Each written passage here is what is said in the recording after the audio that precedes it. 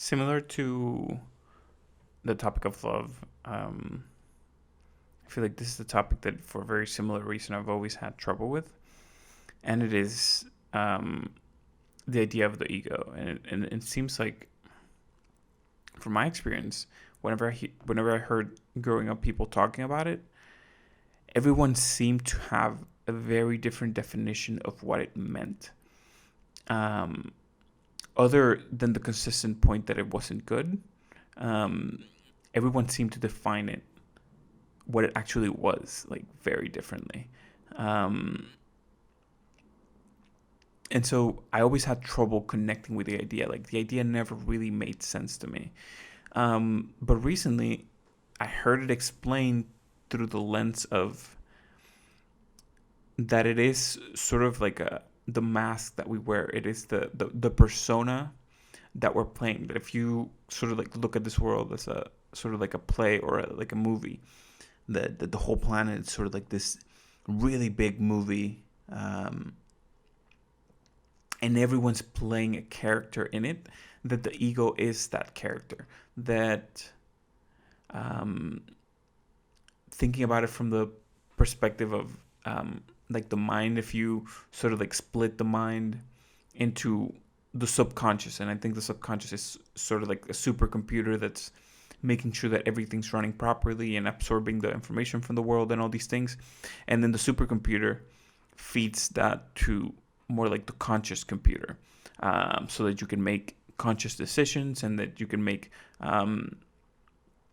conscious steps in logic and all those kind of things. That, in a sense, the ego is like the person running the conscious computer, or how the person running the conscious computer thinks of themselves. Um, However, I think where I stand with it right now is that it still seems odd to me, this idea that this thing is so completely bad, that, again, so many people seem to define it as all the things that they don't like of themselves. That so oftentimes when I hear people describe the ego, it sounds like the ego is to them the pieces of them that they have not that they don't like of themselves. And so it makes me wonder if there's growth to um, overcoming the ego, or beating the ego, or defeating the ego. Where, like, how far or how long lived can that growth be? Because if this is a thing that is part of us, if this is a thing that defines some aspect of us, even if it's not our entirety,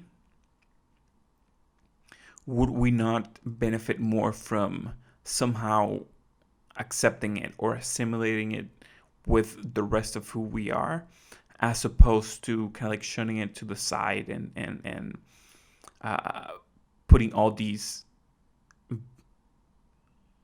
unfortunate or unredeemable remarks or pieces of ourselves that we don't like on it? That then, in a sense, it seems like it is a vehicle, that we're using it as a vehicle to avoid the pieces of ourselves that we have not accepted, or the pieces of ourselves that we feel like other people will not accept of us.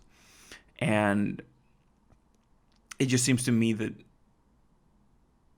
as opposed to kind of like running away from it, I think, and if we were to accept that that is a part of us, and that is fine, that part of us does not need to define us, that part of us does not need to limit us in any way, I think maybe we would get a little bit further on that hope of growth. Um, I also feel like there's something very particular about the way, um, again, that we define it and how creative we are as human beings. That,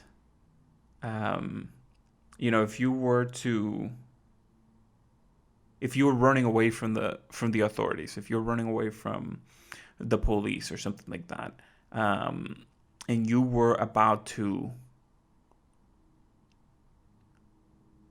sneak your way out of the country, you would not give the police advance notice of your plans. You would just do it. And the reason being that if you go and you give advance notice to the people looking for you, then you're painting the target on yourself. You're right. You're moving the challenge, and giving the challenger sort of like a heads up into what it is that you're doing. And I think in a similar way, when we're trying to shun away or defeat a part of ourselves, what seems to end up happening is that that part of ourselves flows into something else. And we think that after a while we have defeated or we have overcome this challenge, of not accepting ourselves. But what we've really done is that we've moved the challenge somewhere else.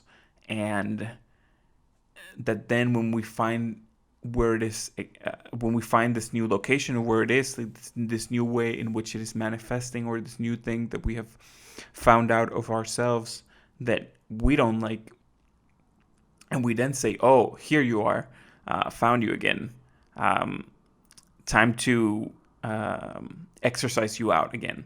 The thing is just going to move again. I remember this example of that I heard from Alan Watts, in which he's explaining that it's sort of like a thief that breaks into a home, and by the time the cops get there, the thief has gone into the second floor. So by the time the cops then go into the second floor, the thief is now at the third floor, and then eventually in the roof, and then it escapes because it is always one step ahead, because it knows what it is that we're trying to do, that we're trying to get rid of this thing that is an intrinsic part of us.